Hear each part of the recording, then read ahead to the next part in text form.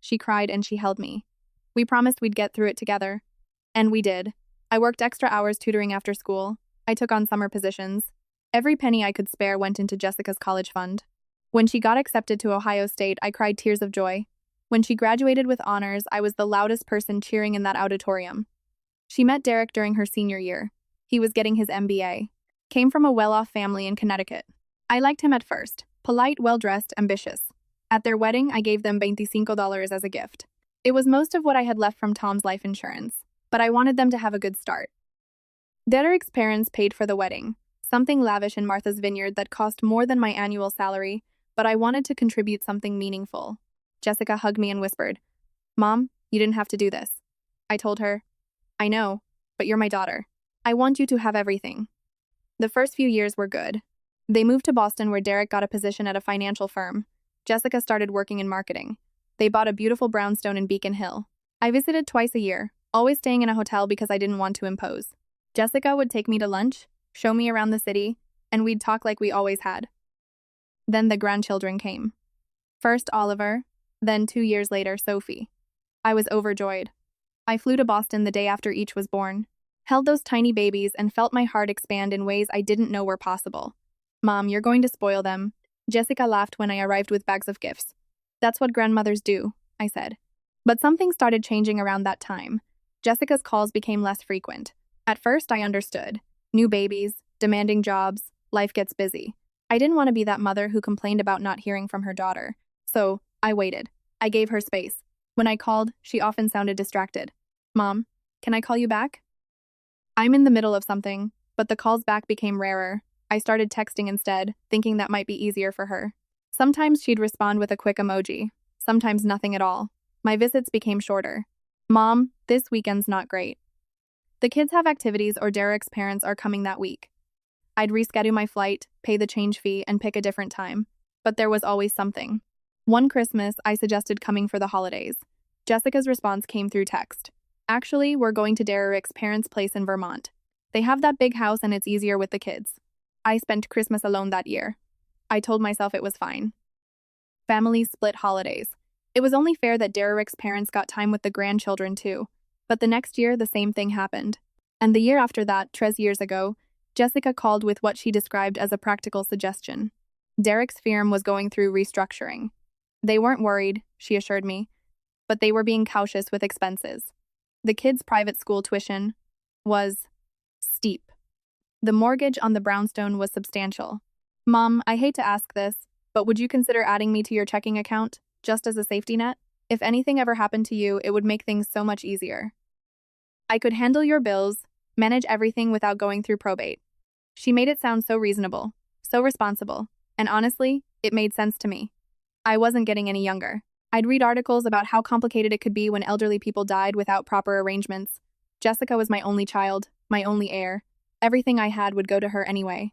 "Of course, honey," I said, "whatever makes things easier." She also suggested we open a joint savings account. You could transfer money there and I'd have access if you ever needed help with anything. Plus, the interest rates are better at my bank. I transferred $40, about half my savings, into that account. It felt good actually, like I was still providing for my daughter, still being useful. "Thanks, Mom," she said. "This really takes a weight off our minds." Over the next 2 years, I noticed money occasionally moving from the joint savings. Never huge amounts.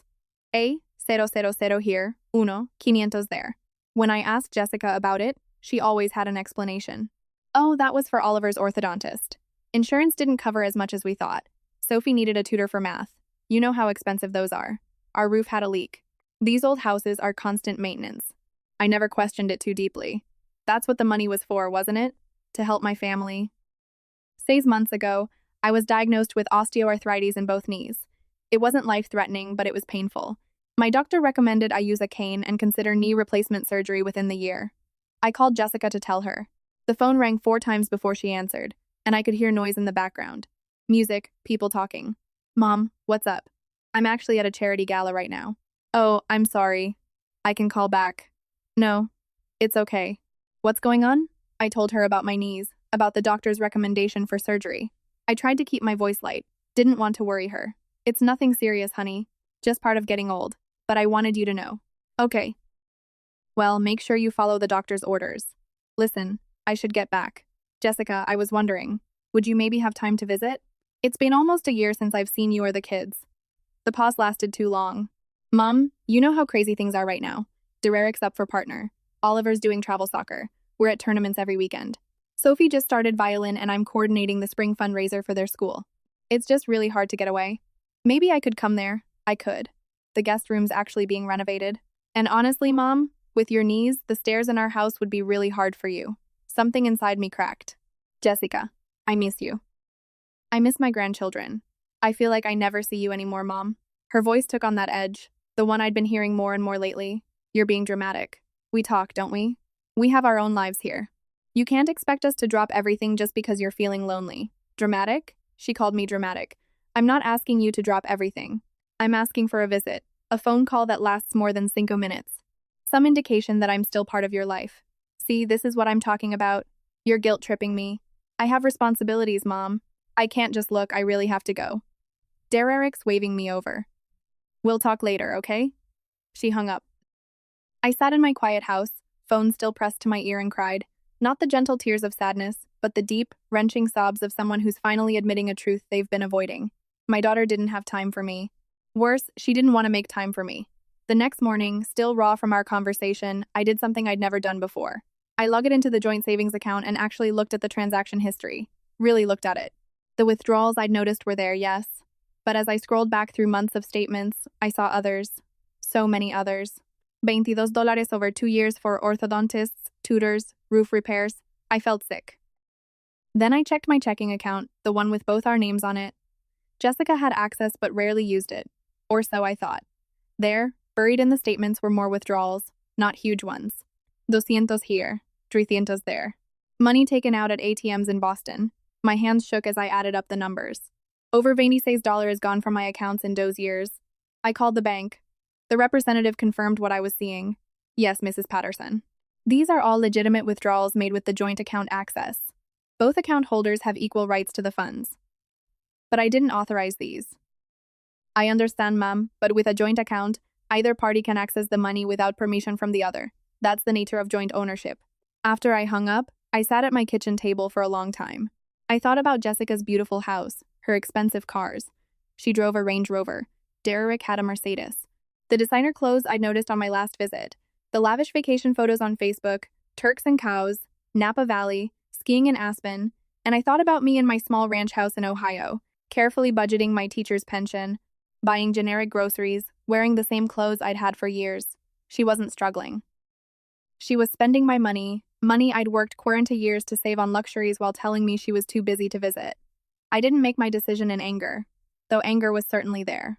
I made it in clarity. That night, I couldn't sleep. I lay in bed staring at the ceiling, and memories washed over me. Teaching Jessica to read, sitting through every school play, every soccer game, every parent-teacher conference, working 2 jobs after Tom died so she wouldn't have to take out massive student loans, giving her that 25,000 for her wedding, transferring 40,000 to the joint account because she'd asked, and what had I received in return? Cancelled visits, 3-note phone calls, excuses, dismissal, and apparently funding for her lifestyle. At 3:00 the morning, I got up and made tea. I opened my laptop and started researching. By dawn, I knew exactly what I was going to do. First, I called a lawyer.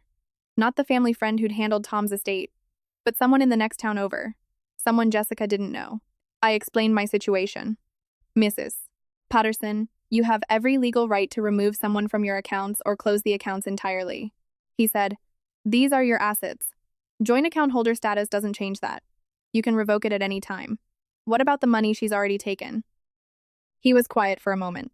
That's more complicated. Technically, with a joint account, she had legal access to those funds. You could pursue it civilly, claim financial exploitation, but it would be difficult to prove if she argues. She believed she had permission. I see. My advice? Protect what you have left. Close the joint accounts. Open new ones in your name only. Make sure all your assets are secured. And my will, you can change that anytime. If you're concerned about inheritance, we can draft a new one. I thanked him and made an appointment for the following week. Then I called my financial advisor, also someone new, someone Jessica had never met. I explained that I wanted to move my money into accounts that were solely in my name. All of it. I need to protect my assets. I said simply, "Absolutely, Mrs. Patterson. We can set that up immediately." The day I decided to act was a Tuesday. I remember because Tuesday was when I usually went to the grocery store and I kept to my routine. Normal, calm, deliberate. I drove to the bank at 9 a.m. right when they opened. I dressed carefully, my good slacks, a nice blouse, my pearl earrings that Tom had given me for our 20th anniversary. I wanted to look confident, serious, not like some confused elderly woman who could be dismissed. The bank manager, Mr. Foster, greeted me warmly. "Mrs. Patterson, good morning. How can we help you today? I need to close my joint accounts and open new ones in my name only." He blinked. "Your joint accounts with your daughter, Jessica?" "Yes." "May I ask why?" I met his eyes steadily. "Because they're my accounts and I no longer wish to have a joint holder." To his credit, he didn't argue. Of course, let me get the paperwork started. It took those hours. We closed the joint checking account that had my direct deposited pension. We closed the joint savings with the remainder of my 40, 000. 22, 000 had vanished, but 18, 000 remained. I transferred everything into new accounts, new account numbers, new checks, new debit card. Mrs. Patterson, Mr. Foster said as we finished, "Your daughter will receive notification that these accounts have been closed, just so you're aware. I understand. And she won't have any access to your new accounts. That's exactly the point." I also went to my other bank, the one where I had a small emergency fund, closed that joint access too. By noon, every dollar I had was protected in accounts bearing only my name. Then I did something I'd been putting off. I went home and changed my will. Instead of everything going to Jessica automatically, I set up specific provisions. A trust for my grandchildren's education, money she couldn't touch. Donations to 3 charities I cared about. And yes, something for Jessica, but only a fraction of what she would have received.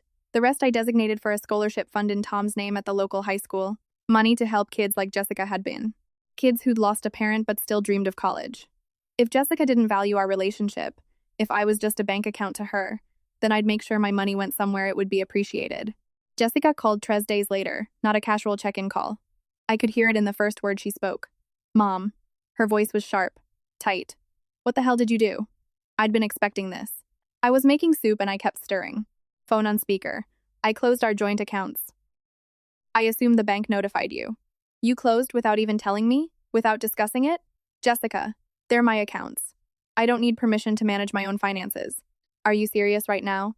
We had an arrangement."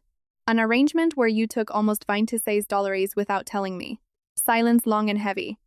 "I don't know what you're talking about," she finally said, but her voice had changed, uncertain. "Now, I went through the statements, honey, all of them. The joint savings, the checking account, $26 over those years.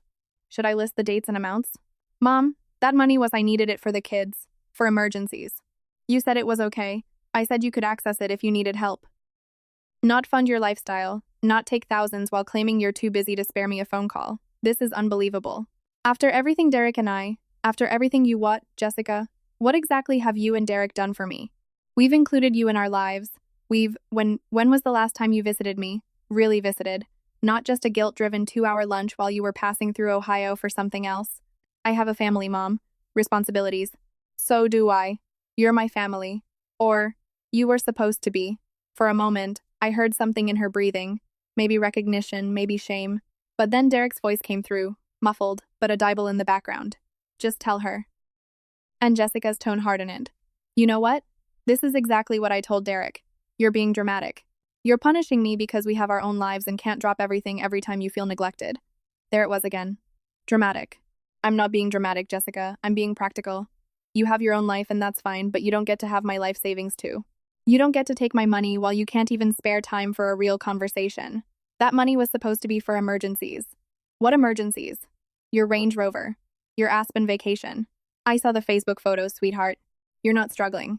If you're still watching, please hit that subscribe button. I promise you, you'll want to hear how this ends." "Mom, I can't believe. Did you ever actually need the money? Or did you just think, Mom won't notice, Mom's old. She probably doesn't check her statements too carefully. That's not fair." "No, Jessica.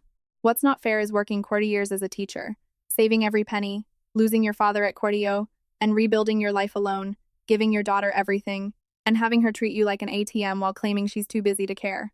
I heard her breath catch. For a second, I thought maybe I'd gotten through to her. Maybe she'd apologize. Maybe she'd realize what she'd done. Instead, "Fine. Keep your money.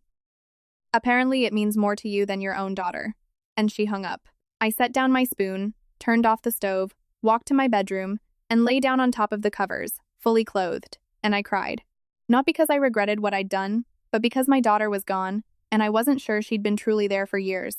I'd just been too afraid to admit it. Jessica didn't call back. Neither did I. A week later, I received an email from Derek. The subject line was family conversation. I almost deleted it, but curiosity won. Margaret, I think you should know that your actions have caused Jessica significant emotional distress. She's had trouble sleeping and has been very upset. We understand you may be going through some challenges at your age, and we think it might be beneficial for you to speak with someone, perhaps a therapist who specializes in elderly issues. Regarding the financial accounts, we had understood that you wanted us to have access to help manage your affairs as you aged. If there was a miscommunication, we apologize. However, closing the accounts without discussion was hurtful and showed a lack of trust. We hope you'll reconsider and perhaps set up a family meeting to discuss this rationally. The children ask about you, Derek. I read it 3 times. The condescension was breathtaking. Challenges at your age. Elderly issues. The children ask about you. When was the last time they'd let me speak to the children? I didn't respond. Instead, I opened my laptop and started researching something I'd been thinking about: financial elder abuse. Turned out there was a term for what had happened to me. Resources, support groups, legal precedents. I wasn't crazy. I wasn't dramatic. I was a woman who'd been taken advantage of by someone she trusted. The next month was strange. Quiet, but not lonely. There's a difference, I learned. I'd been lonely when Jessica was in my life, but unavailable. Now I was simply alone.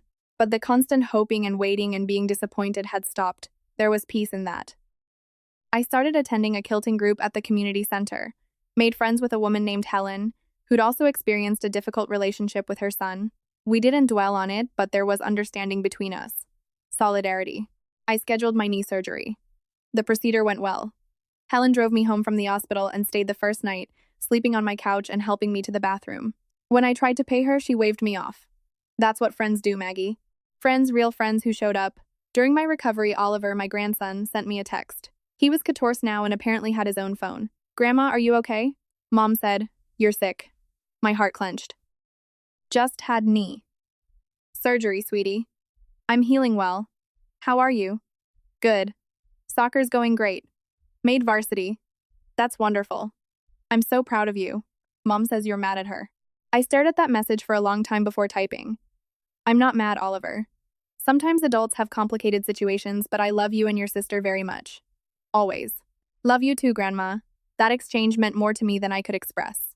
2 months after our confrontation, Jessica showed up at my door. No warning, no call ahead. I was in my garden. The knee surgery had healed beautifully, and I was back to my normal activities. I looked up from weeding my tomatoes, and there she was, standing at the gate. She looked different, thinner, tired. The polish I'd always associated with her seemed dimmed. Mom. I stood slowly brushing dirt from my garden gloves. Jessica, can we talk? Of course. Come in. I made tea. The ritual giving us both something to do with our hands. We sat at my kitchen table, the one Tom had built 20 years ago, the one where Jessica had done her homework as a child. I'm sorry, she said finally, for all of it. For taking the money, for the things I said, for not being there. I waited. Sorry was just a word. I needed more. Derek and I went to counseling. She laughed bitterly. Actually, Derek wanted us to go so I could talk about you, about how you were being irrational. But the therapist, she paused. The therapist asked me when I'd last visited you, when I'd last called just to talk, when I'd last included you in anything meaningful, and I realized I couldn't answer. I had no good answers. She looked at me and her eyes were red. She asked me to imagine being Satentia those alone and watching my only child slip away. And Mom, I couldn't. I couldn't even imagine it without wanting to cry. But that's what I did to you. Yes, I said quietly. That's what you did. The money wasn't even about need. Derek makes plenty. We have plenty. It was just there easy. And I told myself you wouldn't mind, that it was going to be mine eventually anyway, that you'd want us to have it for the kids. I justified it every time. You stole from me, Jessica. Let's call it what it was. She flinched but nodded. I stole from you and worse. I made you feel like you didn't matter, like you were an inconvenience, like your feelings were just you being dramatic. We sat in silence. The clock ticked. Outside a cardinal sang. I want to pay it back, she said. All of it. Every dollar. I don't want your money, Jessica, but I want my daughter. That's what I've always wanted. Not your money. Not your guilt. Just you, Real you, present you. She was crying now, tears streaming down her face. I don't know if I know how to do that anymore. I got so caught up in the life Derek and I built, in looking perfect and being perfect, that I forgot what actually matters. So, learn again. But Jessica, understand something. I won't be treated that way anymore. I won't accept scraps of your attention. I won't be dismissed or called dramatic when I express hurt. I'm your mother and I deserve respect. You do. You absolutely do. And if you can't give me that, if you can't actually make space in your life for a real relationship, then it's better we keep our distance. I won't lie waiting for crumbs from you. She reached across the table, took my hands. I want to try, Mom, really try, if you'll let me. I looked at our hands together, hers smooth and manicured, mine weathered and spotted with age. She'd gotten her long fingers from me, her stubborn streak too, probably. I'll let you try, I said. But Jessica, actions. I need actions, not promises. The changes came slowly at first, then more steadily. Jessica started calling every Sunday evening. Not quick check-ins, but real conversations. She told me about her life, asked about mine, actually listened to my answers. She sent me photos of the kids, not Facebook posts, but pictures sent directly to me with messages about what was happening in their lives. 6 weeks after our kitchen table conversation, she showed up again, this time with Oliver and Sophie. Mom, the kids want to spend the weekend with you if that's okay. I'll pick them up Sunday afternoon. I looked at my grandchildren. Oliver almost as tall as me now. Sophie with Jessica's green eyes. They looked uncertain, shy almost. We'd been strangers for too long. I'd love that, I said. That weekend, I taught Sophie how to make Tom's famous chocolate chip cookies. Oliver and I watched a soccer match and he explained plays to me with the patience I'd once used teaching him to read. We played board games. We talked. We laughed. When Jessica picked them up, Sophie hugged me hard. Can we come back next month, Grandma? Anytime you want, sweetheart. A month later, Jessica invited me to Boston. I want you to stay with us in our house. We've set up the downstairs guest room so you won't have to do stairs. Please, Mom. I went. The visit wasn't perfect. Years of distance don't evaporate overnight, but it was real. We talked about the money, about the hurt, about Derek's enabling and her choices. She showed me the bank statements proving she'd transferred Vindes's dollars into a new account in my name. I hadn't asked for it, but she'd done it anyway. I can't undo what I did, she said, but I can try to make it right. On that trip, Derek apologized too. It was stiff, formal, but it was something. I pushed Jessica to prioritize wrong things. I'm sorry for my part in hurting you. The real change came 3 months later. Jessica called on a Tuesday afternoon, not our scheduled Sunday call. Mom, are you free on Saturday? I think so. Why? Derek's parents are hosting their annual summer party. The big one. The one I've never missed. I told them we're not coming this year. I told them we're coming to Ohio instead. All of us. I want the kids to spend real time with you. I want us to spend real time with you. Is that okay? I had to sit down. You told the Hartfords you're not coming to their party. I did. They weren't happy. But Mom, I've spent these years prioritizing Derek's family because they're wealthy and well-connected and it seemed important for his career. And I let my own mother sit alone on holidays. That's done. That stops now. They came that weekend. We didn't do anything fancy. A cookout in my backyard, a trip to the ice cream shop in town, movie night in my living room with popcorn. Simple things. But Sophie fell asleep with her head on my shoulder during the movie, and Oliver asked if he could come stay with me for a week in summer. And Jessica sat in my kitchen helping me dry dishes like she used to do 8 years ago. Mom, she said quietly, thank you for closing those accounts. I looked at her surprised. I mean it. I was heading down a path I didn't even recognize. Taking from you, justifying it, dismissing your feelings.